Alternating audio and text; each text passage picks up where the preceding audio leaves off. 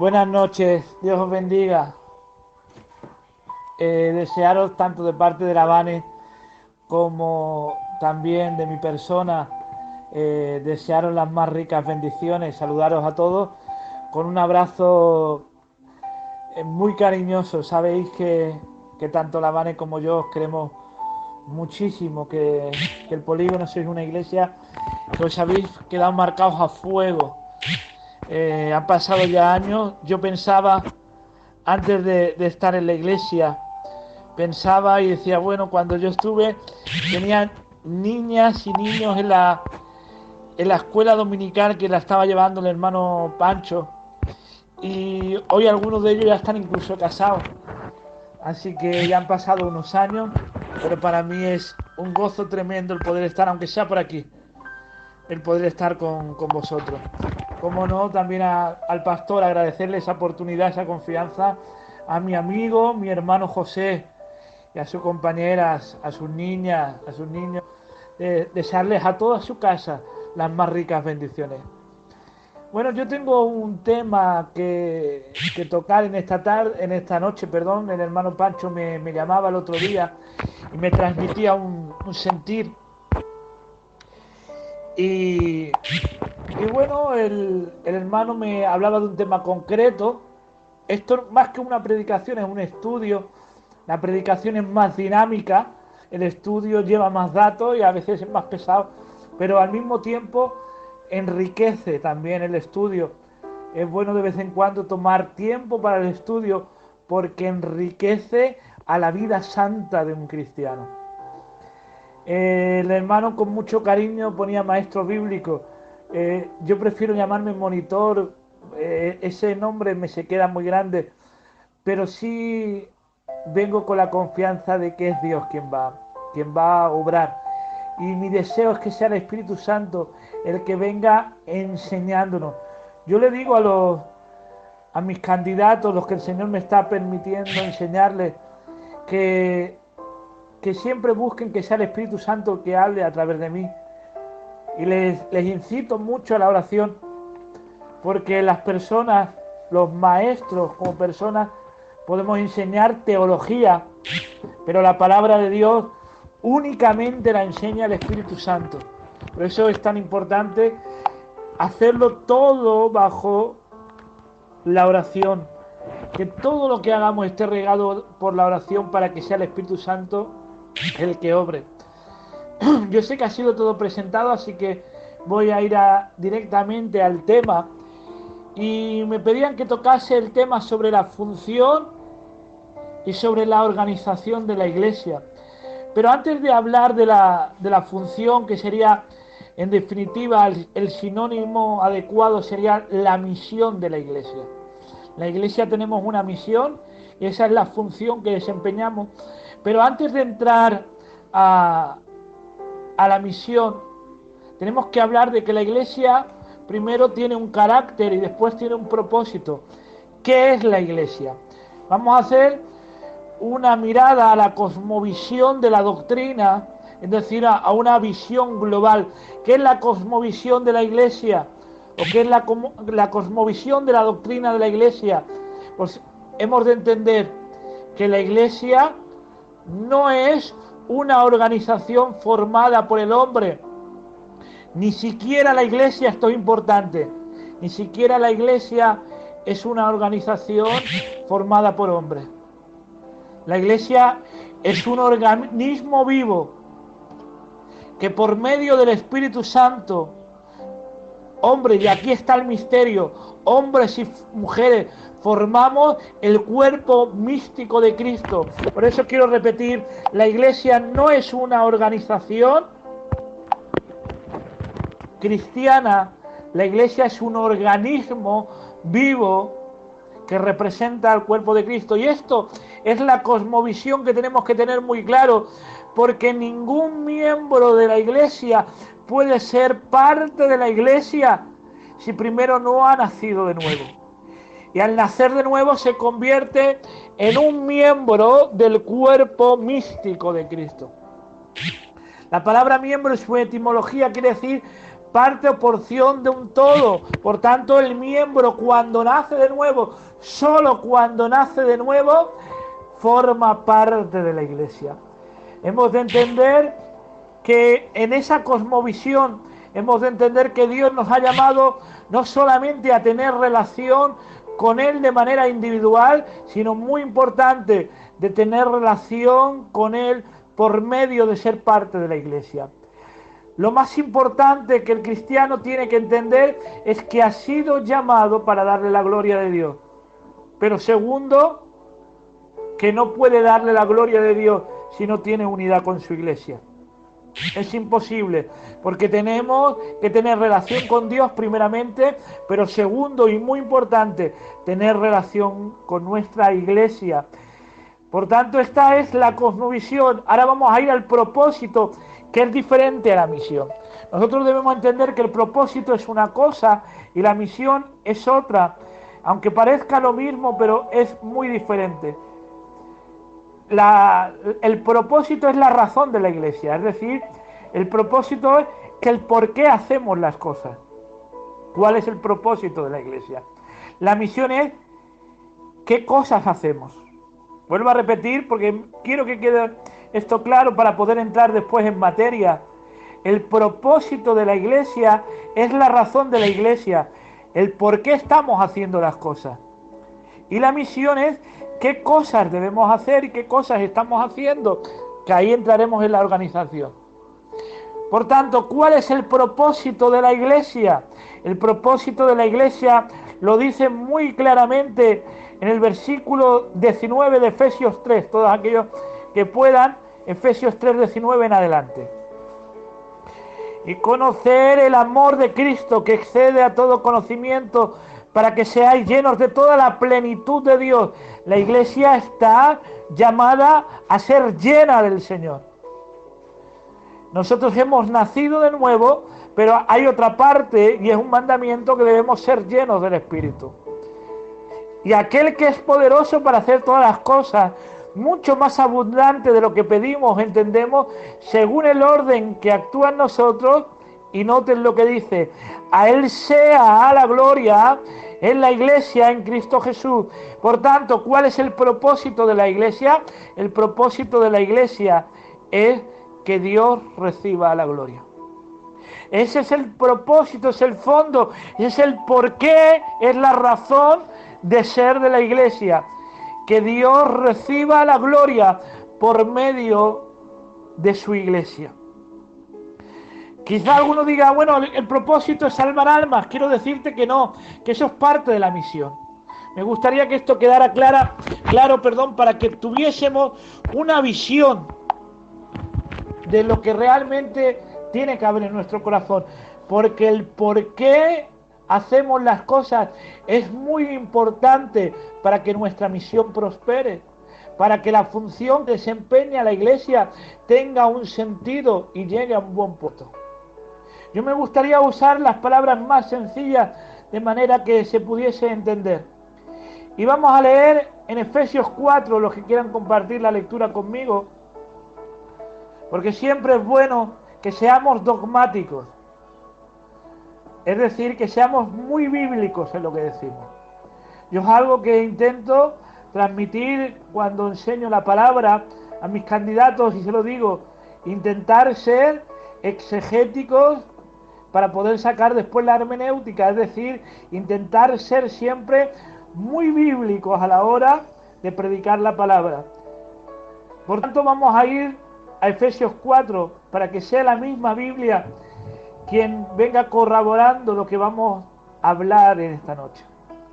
Yo pues, preso en el Señor, os ruego que andéis como es digno de la vocación con que fuisteis llamados, con toda humildad y mansedumbre, soportándoos con paciencia los unos a los otros en amor, solícitos en guardar la unidad del Espíritu en el vínculo de la paz, un cuerpo y un espíritu, como fuisteis también llamados, en una misma esperanza de vuestra vocación, un Señor, una fe, un bautismo, un Dios y Padre de todos, el cual es sobre todos y por todos y en todos.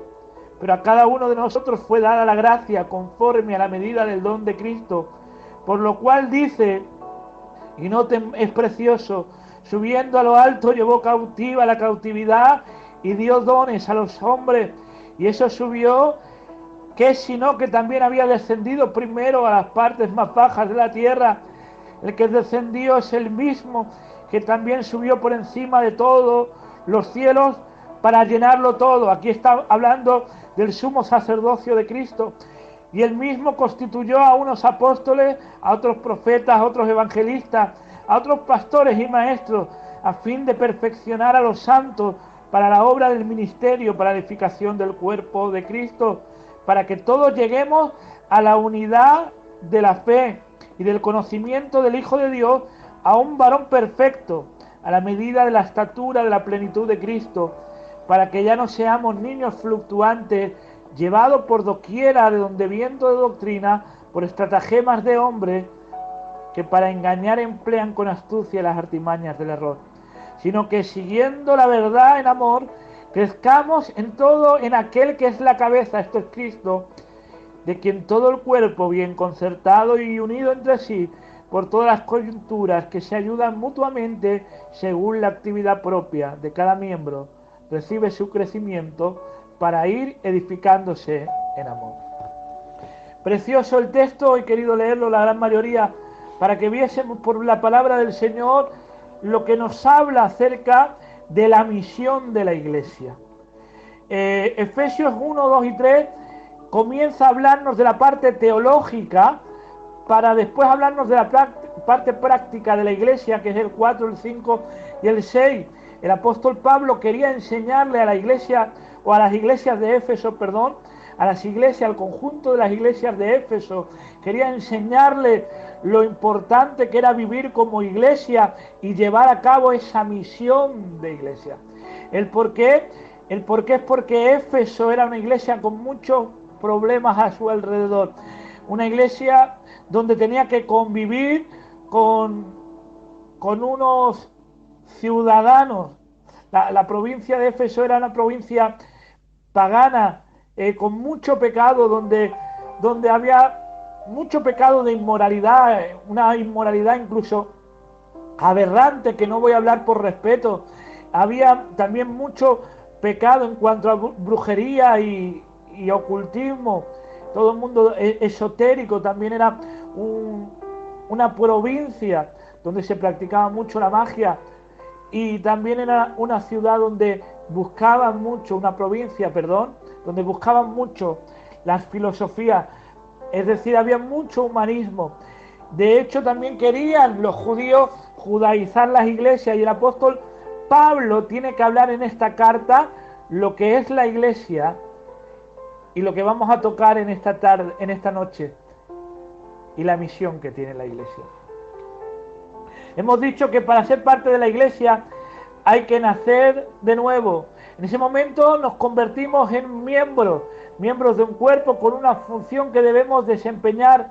Y la iglesia tiene que entender que un miembro tiene que llevar 4 cosas esencialmente.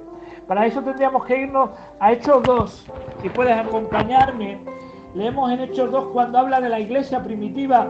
Una vez el apóstol Pedro empieza a predicar la palabra, porque ustedes saben, no quiero hablar mucho de la doctrina de la iglesia, voy a ir directamente a la parte que hoy nos toca, que es la misión y la organización. Ustedes saben que la iglesia nace con el Pentecostés, es decir, a través de la venida del Espíritu Santo. Cuando son bautizados en el Espíritu, comienza la iglesia. Porque hemos de entender, hablábamos de la cosmovisión, que nosotros somos una iglesia, porque el Espíritu Santo es quien trae unidad en nosotros. Si el Espíritu Santo, quien ha hecho una obra inefable, un misterio, como habla el apóstol Pablo en Efesios 3, un misterio que no había sido revelado en el Antiguo Testamento, sino que se revela en el Nuevo. Y noten lo que tiene que hacer una persona que es parte de una iglesia. Dice la palabra en el 42, una vez que eran bautizados, perseveraban en la doctrina, primer punto, importante para ser un miembro de iglesia y poder ser parte de la misión es que tengo que vivir en la doctrina. Por eso es tan importante tener conocimiento doctrinal, porque una iglesia o un cristiano sin doctrina es una iglesia debilitada, una iglesia que es llamada al error y a fracasar, porque es la doctrina de los apóstoles del Cordero, la que nos da ese fundamento como iglesia. Debemos saber diferenciar entre el apostolado de Cristo, que habla en Hebreos 3, que se está hablando después, donde dice que Cristo es el fundamento de la iglesia, y otro punto es el apóstol, perdón, del Cordero. Los apóstoles del Cordero traen un fundamento de enseñanza que reciben de Cristo, y a través de sus enseñanzas nosotros recibimos esa doctrina, esas enseñanzas, que tiene que fundamentar la estabilidad de una iglesia. Una iglesia debe tener conocimiento. Hay cristianos que ven en el conocimiento una opción. Incluso me entristece cuando oigo predicadores que dicen menos conocimiento y más corazón.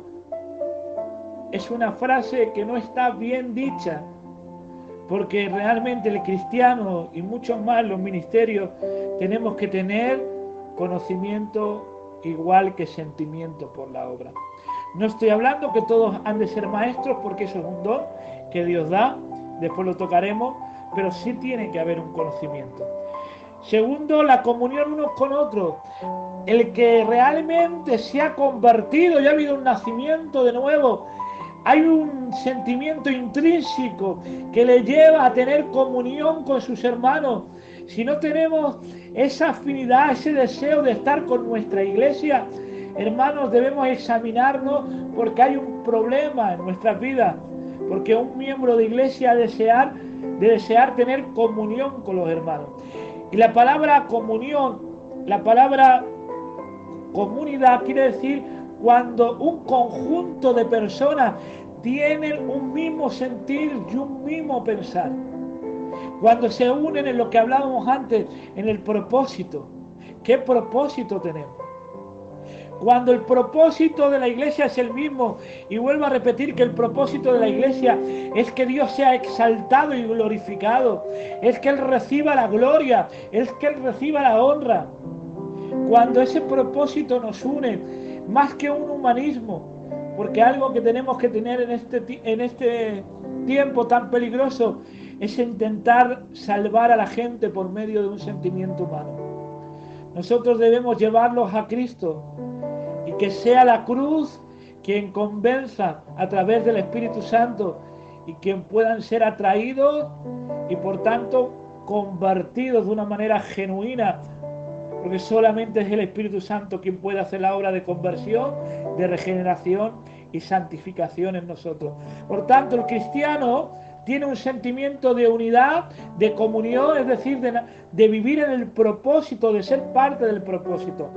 Un cristiano no puede ser un simple oyente de las liturgias del culto.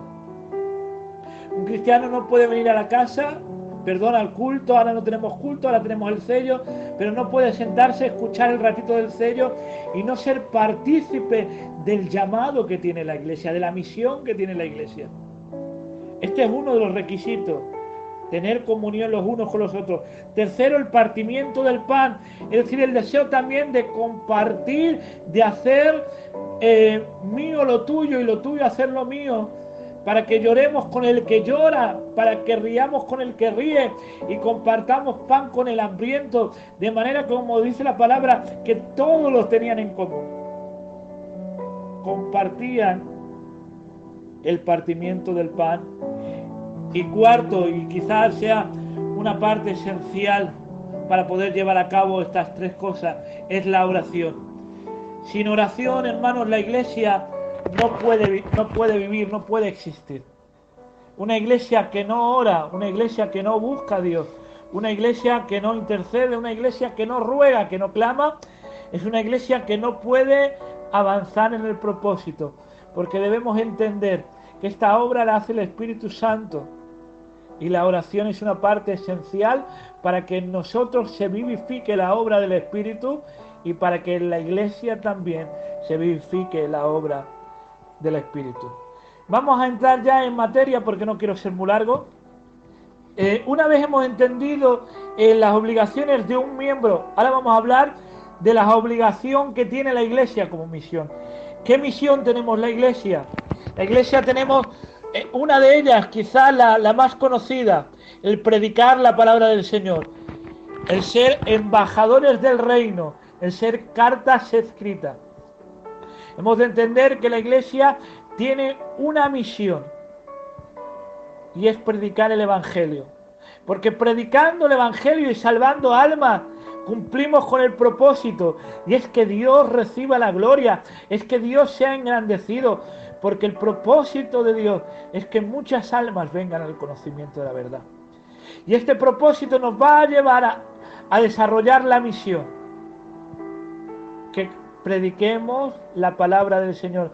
Algunos lo predicarán como los ministerios desde un púlpito, y otros lo predicarán en la calle evangelizando, pero lo importante es que prediquemos la palabra del Señor.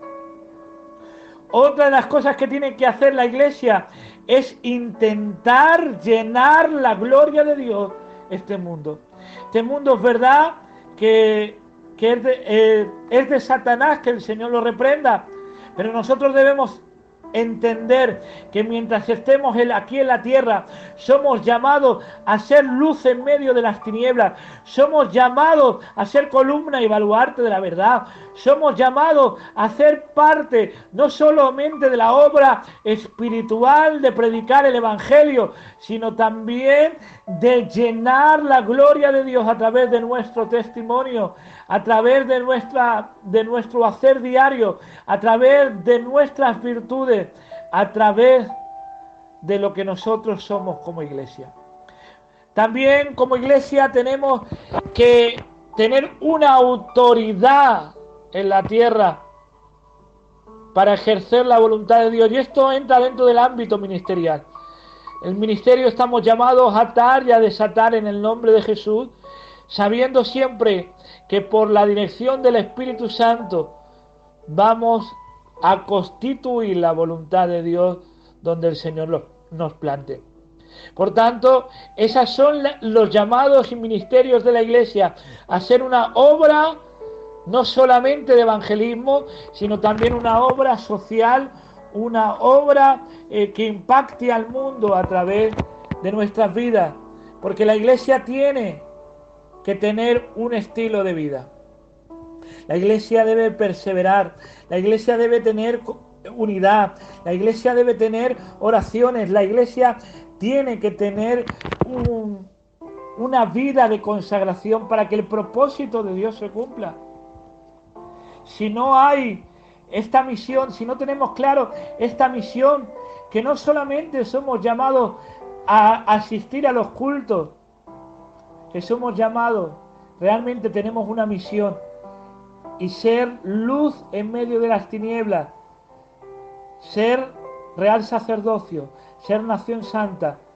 Eso requiere de que entendamos que tenemos que ejercer una mayordomía. Cuando la palabra del Señor dice que Él mismo constituyó a unos apóstoles, a otros profetas, a otros evangelistas, a otros pastores y maestros, a fin de perfeccionar a los santos para la obra de ¿qué? Para la obra del ministerio. Aquí habla de la palabra en griego diaconía, está hablando del diaconado de la iglesia. Cuando yo tengo claro de que como iglesia yo tengo que llevar una mayordomía, tengo que ejercer una mayordomía. Yo no puedo ser parte de la iglesia si yo no estoy ejerciendo con el llamado que tengo. Todos tenemos dones, todos. La palabra del Señor en Primera de Pedro nos habla de que Él derrama conforme a su multiforme gracia. Ahí está diciendo que todos tenemos dones.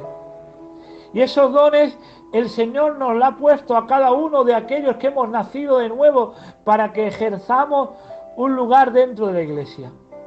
Para que seamos partícipes del llamado y de la misión que tiene la iglesia. debemos ponernos a disposición para servir. Pero para eso, hermanos, hay una organización. Es decir, que hay una misión y por tanto una comisión, porque esa misión se lleva en conjunto. Por eso la Biblia lo habla en Mateo 28, llama la comisión de los apóstoles, porque es algo que se tiene que hacer en conjunto. La palabra misión significa acción o encargo que desempeña una persona, pero cuando hablamos de comisión estamos hablando de un conjunto de personas que están enviadas para hacer una tarea. Por eso nosotros tenemos una comisión, sería la palabra correcta. Si tenemos clara nuestra comisión de que en la unidad de la Iglesia tenemos que ejercer nuestra mayordomía, de ayudar a quien que lo necesita, de mirar al huérfano y sostenerlo, de mirar a la viuda, como habla Santiago, y ayudarla. La Iglesia tiene una función de mayordomía que se ejerce no solamente en evangelizar, sino también en esa obra solidaria y en ese testimonio y consagración que debemos tener como Iglesia. Para eso, vuelvo a repetir, se nos ha dado dones y ministerios. Los dones están para que el poder del Espíritu Santo obre para que la Iglesia siga funcionando, porque esta obra es principalmente espiritual. Aunque tengamos que hacer obras naturales, como es dar pan al hambriento, pero eso lo producirá el Espíritu Santo en nuestra vida. Hemos de entender que esos dones que el Señor ha puesto en nosotros vienen como regalo. La palabra don es regalo, viene como regalo del Espíritu para que nosotros seamos útiles. El Señor hizo milagros, el Señor hizo señales, el Señor hizo prodigios. Quiero decirte algo, que esas señales y esos prodigios siguen hoy estando en el siglo XXI, porque se manifiestan a través de la Iglesia por medio de los dones del Espíritu. Por eso yo no puedo estar de acuerdo con aquellos hermanos que dicen que los dones han cesado. Los dones siguen estando y siguen estando para manifestarse en la gloria de Dios. Quiero decírtelo como testimonio, para edificarte. El otro día me llamaban para orar por una persona endemoniada y oraba por medio del teléfono, es como nos estamos moviendo ahora, y hicieron una videoconferencia y empecemos a orar. Orando, sentí de Dios decirle al ministerio que esa persona estaba enferma a causa de un demonio. Ustedes me conocen y yo intento ser siempre muy dogmático en lo que hago, pero entendemos que no riñe, es decir, no discute la doctrina con el Espíritu Santo, tenemos que saber unirla. Y bueno, yo entiendo que esta persona tenía una enfermedad de sordera. Hermanos, tenía un 85% de enfermedad. No escuchó nunca en su vida un susurro, nunca. Para no cansaros, nos tiramos, quiero recordar que 4 días orando, porque desgraciadamente había que trabajar mucho en esa vida, y cuando de una manera impactante queda liberada, tal como quedó liberada, ha quedado completamente sana para la gloria de Dios, y por primera vez en su vida está escuchando. No solamente hay que hablarle en gritos, sino con un susurro ella puede escuchar. Y esto es la obra del Espíritu, porque siguen los dones activos, porque siguen los dones para edificación de los santos y para edificación de la obra. Y debemos entender, pero los dones es bueno, y aquí entro dentro de lo que es la organización, en esa función de ser luz y de ser el ministerio de la reconciliación. Hemos de entender que hay una organización, hay unos requisitos para poder desempeñar esta misión, y una son los dones. Pero los dones han de ser usados en orden. Si los dones no son usados en orden, eso puede crear en la Iglesia un mal mayor. Porque quiero recordarte algo que ya sabes. Los dones no certifican que una vida está en orden delante de Dios. Los dones no indican que sea una persona madura en el Señor. Lo que indica que una persona es madura en el Señor son sus frutos. Por eso a veces fallamos y erramos, porque vemos a una persona a lo mejor que ha traído una palabra de ciencia y decimos, este hombre es un hombre de Dios y su testimonio no lo avala. Puede ser usado por el don, pero no tener un crecimiento espiritual. En la iglesia de Corintios, hermanos, estaban los grandes predicadores del momento, los almoradís de aquel siglo, los pichis de ese momento, los hadas de aquel momento, estaban en Corinto. Y los grandes salmistas, como llaman ahora, los giles del momento, los Eugenios de Palma del momento, estaban allí. Y tenían grandes dones, se manifestaban los dones. Sin embargo, vemos que es una de las iglesias más carnales que tiene que escribir el apóstol Pablo. Porque la manifestación de los dones sin un orden puede desacarrear en una iglesia problemas espirituales. Por eso el Señor dejó establecidos los ministerios, porque los ministerios están para traer ese orden dentro de la iglesia, para que los dones que han sido derramados en cada uno de los miembros de la iglesia, los ministerios tenemos la obligación de trabajar para perfección de esa obra. El Señor nos ha puesto a los ministerios para que trabajemos con vuestros dones y para que trabajemos con vuestras vidas, para que los dones que el Señor os ha puesto sean para beneficio de la obra.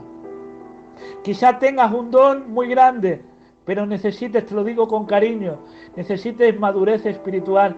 Y el pastor va a trabajar contigo. No quiere decir que te quite de tu trabajo, lo desempeñarás algún día, pero ten paciencia, porque quizás necesites un tiempo para ordenarte. Igual en la iglesia se puede manifestar y el pastor tiene la obligación de ordenar esa manifestación del Espíritu, a fin de que la iglesia no caiga en una carnalidad. Porque hemos de entender que los ministerios, que es un don también, están puestos para organización de los santos. Están puestos para organizar la función o la misión que tiene la iglesia. Este es un problema que personalmente a mí me lleva preocupando de hace tiempo, porque veo que la iglesia está entrando en un dinamismo de democracia, lo cual no es bíblico. La democracia la estableció el gobierno español en su momento, pero se tiene que quedar solamente para nuestro querido país. Pero la iglesia no debe entrar nunca en democracia. Oigo una frase, no con mal sentido, pero sí muy mal dicha. Es más, es una frase que si la tomamos literal, es una herejía. He llegado a oír, sin mala intención, pero he llegado a oír, la iglesia es soberana. Y esto es una herejía, porque el único soberano es Dios. Es más, nosotros debemos entender que la iglesia no tiene autoridad para desempeñar los actos de organización o de gobierno. Para eso están los ministerios. Y esto es doctrina, hermanos. Dentro de los gobiernos establecidos en las iglesias evangélicas encontramos tres. El gobierno congregacional, donde es la iglesia quien toma las decisiones y quien toma la forma de administrar, es decir, es la iglesia quien está administrando. Y es el conjunto de la iglesia quien tiene que tomar las decisiones. Ese gobierno congregacional es un gobierno que no tiene base bíblica. Ese sería el gobierno democrático. La palabra democracia es una palabra del griego que es una palabra compuesta demo pueblo, cracia gobierno, gobierno del pueblo. Pero eso no está en la iglesia, porque en la iglesia hay una teocracia. Teo Dios, cracia gobierno. En la iglesia hay un gobierno de Dios y Él ha establecido un orden. Y ha establecido un gobierno. Y ese gobierno son los 5 ministerios que están para perfección de los santos. Y es importante, recuerdo una vez en una iglesia tuvieron un problema y vinieron a consultarme. Esta iglesia, pues, desgraciadamente, digo con mucha vergüenza, el pastor se llevó de la caja más dinero, o se llevó dinero, simplemente, aunque sea 10 euros, ¿qué más da?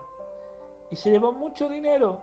Y los hermanos, con dolor en el alma, pues intentaron solucionar ese problema, de tal manera que hicieron un acta donde dijeron que el pastor no podía tomar decisiones superiores a 100 euros. Es decir, a partir de 100 euros el pastor podía pedir algo al cajero, pero no podía pedir más, porque era la iglesia quien tenía que organizar. Vinieron a pedirme, los hermanos, gracias a Dios, me valoran en el tema de doctrina, y vienen y me preguntan, ¿cómo lo ves tú? Cuando vi lo que habían redactado, me se cayó el alma al suelo. Le dije, hermanos, estáis intentando solucionar un problema económico, trayendo un desorden espiritual, un desorden dogmático en vuestra iglesia. Yo les tuve que explicar el porqué, porque debemos entender que nosotros tenemos un gobierno que mezcla el gobierno presbiteriano y episcopal, es decir, un gobierno donde están los ministerios, que serían los obreros, juntamente con el pastor, que es la máxima autoridad, no es la única, pero sí la máxima autoridad. Eso es lo que entendemos por la palabra del Señor, tanto que vemos como en las 7 iglesias de Asia en Apocalipsis, a quien Dios habla es al ángel de la iglesia, que es el pastor. Por tanto, tal y como en Filadelfia nos movemos, y este es nuestro sistema dogmático, porque estamos hablando no de una administración, sino hablamos de un dogma de nuestra misión, de una doctrina de nuestra misión. Entendemos que el pastor es la máxima autoridad, no es la única, pero sí la máxima. Eso sería una mezcla entre presbiteriano y episcopal. No confundamos con el ministerio del papado, que el papado habla de que el papa es la cabeza de la iglesia. Eso para nosotros es una herejía. Cuando hablamos de un sistema episcopal, estamos hablando de un hombre que se somete a Dios, que está llamado a servir, porque la única autoridad que tenemos es Dios mismo. La iglesia ha de entender que las autoridades vienen de parte de Dios, pero que quien manda y quien ordena en la iglesia es el Espíritu Santo. Es más, ningún pastor podemos hacer nada sin permiso del Espíritu Santo y también en contra de la palabra. Es decir, la doctrina de los apóstoles tiene más autoridad que un pastor. Nosotros no podemos ir en contra de la doctrina. Nada puede ir fuera del marco bíblico. Y esto es importante entenderlo. Por eso, hermanos, qué bueno es entender que cuando la iglesia crece, se tiene que someter también a la administración pastoral, para que haya un buen funcionamiento, para que la misión que Dios desempeña en nuestras vidas sea llevada a cabo. No puede haber, hermanos, no puede haber llaneros solitarios. Hay una frase que ha hecho mucho daño a las iglesias y es: yo no lo siento de Dios, o yo esto lo siento de Dios, a pesar de que no lo apoya los ministerios de la iglesia. Hermanos, estamos llamados a una unidad. Sin unidad no puede haber una misión. No hay función sin unidad del Espíritu. Y el pastor, la Biblia y el Espíritu Santo son 3 partes importantes para que esa función se lleve a cabo.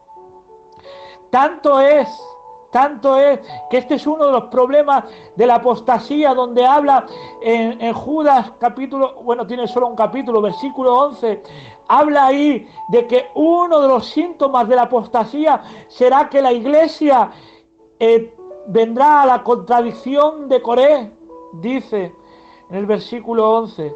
Y algunos dirán, hermano, ¿y esto qué quiere decir? Ahí está hablando de que Coré era una familia poderosa, y era una familia también sacerdotal, pero que ellos querían ejercer una labor más grande. Y no estoy diciendo que Coré no estuviese preparado. Y no estoy diciendo que Coré no tuviese mal testimonio. Pero quiero decirte algo. El pastor o los 5 ministerios, tanto desde el apóstol hasta el maestro. Los 5 ministerios es un don que Dios da. Por eso el ministerio no se puede recibir en un seminario. El seminario es para prepararnos al llamado. El ministerio se recibe por un llamado que Dios da a una persona. Por eso quizá haya personas que estén más preparadas que el ministerio. Quizá haya personas que incluso tengan más cualidades que el ministerio, pero es que el ministerio no se basa en cualidades ni en preparación, que es bueno. El ministerio se basa en el llamado de Dios, en el don de Dios, porque el ministerio es un don de Dios. Y esto Coré no lo entendió y vio a Moisés y dijo, pues si es igual que yo, si es tan inteligente como yo, si sirve igual que yo, si yo estoy tan comprometido, ¿por qué tiene que hablar siempre Moisés? Voy a hablar yo. Y Dios tiene que mandar un castigo tremendo sobre Coré, muriendo mucha gente de su familia, porque quiso ocupar un lugar que es un llamado. Hermano, quizá los pastores no seamos los más inteligentes de la iglesia, y gracias a Dios me siento orgulloso de que tenemos ovejas que tienen un gran conocimiento de doctrina. A mí no me da miedo eso. Al contrario, me hace sentir orgulloso. Porque algo he comprendido. Mi llamado no viene por el conocimiento. Mi llamado no viene ni siquiera por el testimonio que yo tengo. Mi llamado viene porque la gracia de Dios ha querido derramarlo sobre mi vida. Y yo quiero que mires a tu pastor y a los ministerios que tienes contigo y entiendas que ellos están ahí, no por su valía, sino porque Dios los ha puesto, y por tanto hay que respetarlos y someterse a ellos para el buen funcionamiento de la iglesia. Por eso una de las apostasías es una iglesia que se rebelará y que querrá ocupar lugares ministeriales, y ese es el movimiento congregacional que habíamos hablado antes. Por eso quiero terminar con esto, no me voy a hacer más largo, quería ser corto, pero me he extendido, perdón. Simplemente deciros, hermanos, tenemos una misión, y esa misión es ser luz en medio de las tinieblas, es el ministerio de la reconciliación. Pero esa misión también tiene unos requisitos y tiene una visión que no lo voy a tocar ya. Este punto me lo voy a dejar porque no quiero ser más largo, pero tenemos una visión que tenemos que llevar a cabo. Castellón tiene que tener la visión de cómo desempeñar su misión, su labor, su función, pero siempre con un orden, con una organización, sabiendo a lo que Dios nos ha llamado. Ánimo y adelante. Doy paso al hermano para que pasemos al tiempo de las preguntas.